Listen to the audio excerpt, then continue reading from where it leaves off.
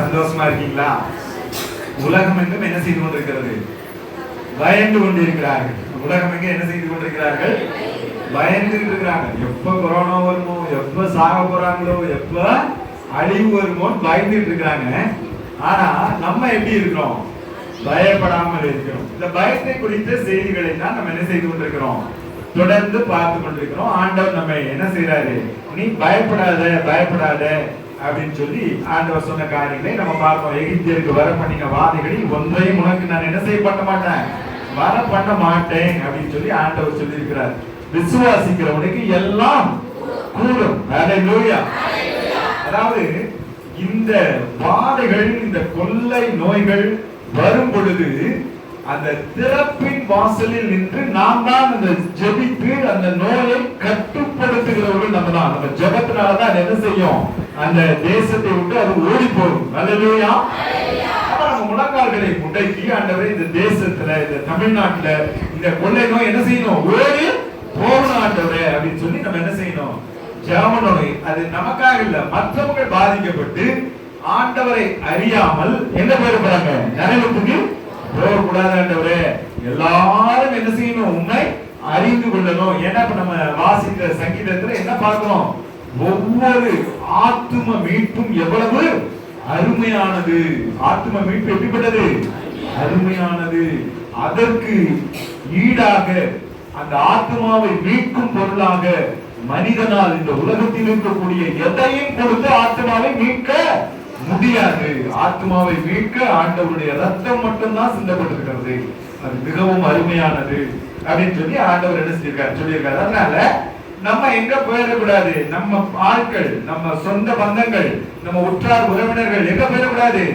நரகத்துக்கு போயிடக்கூடாது. ஒருவேளை உங்க கணவர் நரகத்துக்கு போனா நீங்க அதான் அன்பே அப்படின்னு கொஞ்சின உங்களுடைய உற்றார் உறவினர்கள் நரகத்துக்கு போயிட்டா உங்களுக்கு சந்தோஷமா இருக்குமா? இருக்காது. அப்ப நீங்க எப்படி இருக்கணும்? எப்படி இருக்கணும்? கருத்தாய் ஜெபிக்கணும். அவருடைய ஆத்ம மீட்பை குறித்து எப்படி இருக்கணும்? ஒரு கரிசனை இருக்கணும். யாரும் என்ன செய்யக்கூடாது? அழிந்து போய்விடக் கூடாது.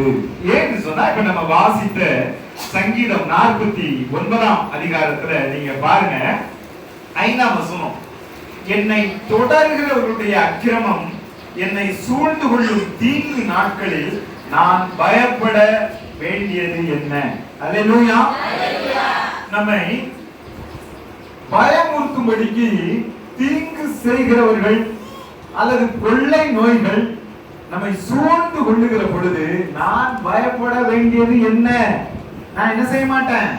பயப்பட மாட்டேன். நான் பயப்பட வேண்டியது என்ன? நம்ம பயப்படவே தேவையில்லை. என்ன சொல்றாங்க? ஒரு வித்தியாசத்தை அவர் சொல்றார். தங்கள் செல்வத்தை நம்பி தங்கள் திரளான ஐஸ்வர்யத்தினால் பெருமை பாராட்டுகிற ஒருவனாவது. அல்லேலூயா. நிறைய பேருக்கு நீங்க என்னதான் இருக்குது? செல்வம் சேர்ற வரைக்கும் என்ன செய்யறாங்க? ஆண்டவரை அப்படி விழுந்து விழுந்து தேடுறாங்க. ஆனா கொஞ்சம் செல்வம் தேடி கொஞ்சம் வசதி வந்து கொஞ்சம் சந்தோஷம் ஆயிட்டாங்கன்னா என்ன செஞ்சிடறாங்க? ஆண்டவரை மறந்து போய்விடுகிறார்கள். அல்லேலூயா. அப்படி தங்கள் செல்வத்தை நம்பி தங்கள் திரளான ஐஸ்வர்யத்தினால் பெருமை பாராட்டுகிற ஒருவனாவது. அப்ப நீ பணத்தை நிறைய வச்சுட்டு இருக்கிறன்னா உன் சகோதரன் அடிவை நீ காணாதபடிக்கு எச்சரிக்கையாக இருக்க வேண்டும். அல்லேலூயா. எவ்விதத்தினாலும் அவனை மீட்டுக் கொள்ளும்படிக்கு என்ன செய்ய வேண்டும்? பொருட்களை செலவு செய்ய வேண்டும். அல்லேலூயா. நீ எப்ப என்ன செஞ்சிடக்கூடாது? உனக்காகவே நீ வாழக்கூடாது. ஏன் என்று சொன்னால் உன்னிடத்திற்குரிய செல்வம் அழியும், உன்னிடத்திற்குரிய பொருள் அழியும், நீயும் ஒரு நாள் அழிந்து போவாய். அழியாதது ஆத்மா. உன்னுடைய ஆத்மா பரலோகத்துக்கு போகணும். என்ன செய்யணும்? எந்த எளியவனுடைய ஆத்மாவும் எங்க போயிடக்கூடாது? நரகத்துக்கு. அதை மீட்கும் பொருளாக நீ என்ன செய்யணும்? உன்னுடைய செல்வத்தை செலவு செய்ய வேண்டும். உன்னுடைய செல்வத்தினால் நீ என்ன செய்யக்கூடாது? பெருமை பாராட்டக்கூடாது அப்படின்னு சொல்லி சொல்ற. அப்படி அதுல பாருங்க, ஞானிகளும் மரித்து 10ஆம் வசனம், அஞ்ஞானிகளும் நிர்மூடரும் ஏகமாய் அழிந்து தங்கள் ஆஸ்தியை மற்றவர்களுக்கு வைத்து போகிறதை காண்கிறான். அல்லேலூயா. எல்லாருமே மரித்து போகிறோம். அப்ப நம்ம மரித்து போகும் பொழுது நம்முடைய ஆஸ்தி எங்கே போகும்? சும்மா யாருக்காவது விட்டு வச்சுட்டு போறோம். அதுக்கு பதிலா அந்த ஆஸ்தியை என்ன செய்ய, மீட்கும் பொருளாக நீ செலவிடு. அழித்து போகிற ஆத்துமாக்களை மீட்கும் பொருளாக உங்களுடைய ஆஸ்தியை நீ என்ன செய்ய, செலவிடு அப்படின்னு சொல்லி அவர் சொல்றார். அப்ப அந்த மனிதர்களை குறித்த ஒரு காரியத்தை அங்க சொல்றாரு பாருங்களேன். தங்கள் வீடுகள் நித்திய காலமாகவும் தங்கள் வாசஸ்தலங்கள் தலைமுறை தலைமுறையாகவும் இருக்கும் என்பது அவர்கள் உள்ளத்தின் அபிப்பிராயம். அல்லேலூயா. இந்த மனிதர்களுடைய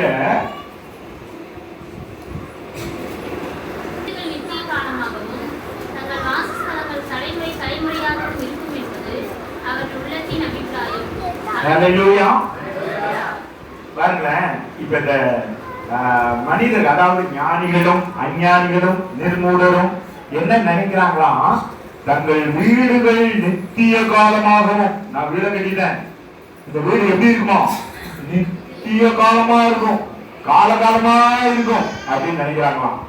அப்புறம் தங்கள் வாசஸ்தலங்கள் தலைமுறை தலைமுறையாகவும் இருக்கும் என்பது அவர்கள் உள்ளத்தின் அபிப்பிராயம். அல்லேலூயா. ஆனா ஆண்டவர் அப்படி சொல்லல. அது இந்த உலகத்திலே அவர் எப்படி சொல்றாரு, பேர்களை சுருட்டுறது போல சுருட்டி போடுவார். அல்லேலூயா. அவர் எவ்வளவு காலம் இது இருக்கணும் அப்படின்னு நினைக்கிறாரோ அவ்வளவு நாட்கள் தான் அது இருக்கும். அல்லேலூயா. ஆமா, அது குழந்தை, அந்த குழந்தை பண்றதை நீங்க வேடிக்கை பார்க்காதீங்க. தலைமுறை தலைமுறையாக இருக்கும் என்பது அவர் உள்ளத்தின் அபிப்பிராயம். அவர்கள் தங்கள் நாமங்களை தங்கள் நிலங்களுக்கு தெரிந்திருக்கிறார்கள். அல்லேலூயா. எனக்கு இந்த வசனம் தெரியாது. நான் வீடு கட்டும் பொழுது என்னோட வீட்டுக்கு என்ன பேர் வச்சேன், சன் மூன் இல்லம்னு வச்சேன். அல்லேலூயா. என் வீட்டுக்கு என்ன பேர் வச்சேன், சன் மூன் அப்படின்னு வச்சேன். யாரோட பேரு, எங்க பிள்ளைங்களோட பேரு சூசன் மோனிகா அப்படிங்கிற பேரை அதுக்கு வச்சேன். அப்ப தங்களுடைய வாசஸ்தலங்களுக்கு நிலத்துக்கு என்ன பேரை தெரிக்கிறார்களாம், தங்களுடைய பெயரை தெரிக்கிறார்களாம். எல்லாருமே தான் செய்யறாங்க. என்ன பிரேமா நிவாஸ், வசந்தா இல்லம், வசந்தா கோச்சுக்காரு, அறிவு இல்லம், அன்பு இல்லம் அப்படின்னா அவங்க பேரை வைக்கிறாங்க. அப்ப அவங்க என்ன நினைக்கிறாங்கன்னா, இது தலைமுறை தலைமுறையாக இருக்கும், நித்திய காலமாக இருக்கும் அப்படின்னு எல்லாம் என்ன செய்யறாங்க, நினைக்கிறாங்க. ஆனா அது அப்படி இல்லை. அல்லேலூயா. எல்லாம் அழிவுக்குரியவர்கள். ஆனால் ஒன்றே ஒன்று அழியாதது, என்னது, ஆத்துமா. அல்லேலூயா. நீங்க அப்படி கொஞ்சம் யோசனை பண்ணி பாருங்களேன். நம்ம சொந்தக்காரங்களை எல்லாம் கொஞ்சம் யார் யாரெல்லாம் இப்ப செத்து போனாங்களோ அவங்களை எல்லாம் கொஞ்சம் நினைச்சு பாருங்க. ஒரு 10 வருஷமா எவ்வளவு பேர் செத்து போயிட்டாங்கன்னு நினைச்சு பாருங்க. அப்ப அவங்க எல்லாம் என்ன நினைச்சிருப்பாங்க, நான் இன்னும் இருப்பேன், ரொம்ப நாள் இருப்பேன் அப்படின்னு சொல்லி என்கிட்ட வந்து ஒரு ஆசிரியர் வந்து ஒரு முறை ஒரு 10,000 ரூபாய் கடன் கொடுங்கன்னு கேட்டார். அப்ப நான் வந்து கொஞ்சம் யோசிச்சேன். உடனே அவர் என்ன தெரியுமா என்கிட்ட சொன்னாரு, ஐயா நான் இன்னும் 15 வருஷம் 20 வருஷம் தாராளமா இருப்பீங்க, என்னை நம்பி நீங்க என்ன செய்யலாம், தாராளமா கடன் கொடுக்கலாங்க அப்படின்னு சொன்னாரு என்கிட்ட. சரி நம்ம கொடுக்கலாம் நான் யோசிச்ச மாதிரி ஒரு 10 நாள் செத்து போயிட்டேன். அல்லேலூயா. நான் போய் சொல்லல, உண்மை. என் மனைவிக்கு தெரியும் அந்த காரியம். 10 நாள்ல செத்து போயிட்டாரு. நான் 10 வருஷம் 15 வருஷம் இன்னும் உயிரோட இருப்பீங்கன்னு சொல்லி என்கிட்ட வந்து கடன் கேட்ட ஒரு ஆசிரியர் 10 நாள்ல என்ன செஞ்சிட்டாரு, செத்து போயிட்டாரு. இது உண்மை. அப்ப நம்ம எல்லாம் என்ன நினைக்கிறோம்னா, நம்ம நித்திய காலமா நம்ம இருக்க போறோம், நித்திய காலமா இந்த உலகத்துல நம்ம வீடு இருக்கும், நம்ம கட்டில இருக்க வாசஸ்தலம் இருக்கும் நம்ம நினைக்கிறோம். அது உண்மை அல்ல. எல்லாம் அழியக்கூடியது. ஆனா ஒன்னே ஒண்ணு, நீங்க ஆண்டவருடைய ஊழியத்துக்காக எதையாவது செஞ்சீங்கன்னு சொன்னா, கர்த்தருக்காக நீங்க செஞ்சீங்கன்னா, இன்னைக்கு நான் கட்டின வீடு என் கணக்குல வராது. ஆனா நான் கட்டி இருக்கிற இந்த ஆலயம் யாருடைய கணக்குல வரும், ஆண்டவருடைய கணக்குல வரும். ஐயோ எவ்வளவு பேர் ஒரு 15 வருஷத்துக்கு முன்னாடி செத்து போயிருந்தாங்கன்னா இந்த ஆத்துமாக்கள் எங்க போயிருப்பாங்க, ஆண்டவரை அறியாம நரகத்துக்கு போயிருப்பாங்க. ஆனா இத்தனை ஆத்துமாக்களை சம்பாதிப்பதற்கு காரணமாக இருக்கு இந்த ஆலயம் என்னால் கட்டப்பட்டது என்பது எங்க கணக்குல இருக்கு, ஆண்டவருடைய கணக்குல இருக்கு. அல்லேலூயா. மறந்து போயிடாதீங்க. நம்ம இந்த உலகத்துல நம்ம கட்டுகிற நமக்காக சம்பாதிக்கிற சொத்துக்கள் இதெல்லாம் நம்ம கூட வரப்போறதே இல்லை. அதை என்ன செய்யறாங்க, சில பேர் நித்திய காலமா இருக்கும் அப்படின்னு நினைக்கிறாங்க. அப்படி இல்ல. பாருங்க, ஆகிலும் கனம் பொருந்தியவனாய் இருக்கிற மனுஷன் நிலைத்திருக்கிறது இல்லை. கனம் பொருந்தியவனாய் இருக்கிற மனுஷன், இப்ப நம்ம பத்தி கூட சொல்ல வேண்டாம், பெரிய பேர் வாங்கின ஆளுகள் எல்லாம் நினைச்சு பாருங்களேன். எம்ஜிஆர் நினைச்சுக்கங்க, ஜெயலலிதாவை நினைச்சு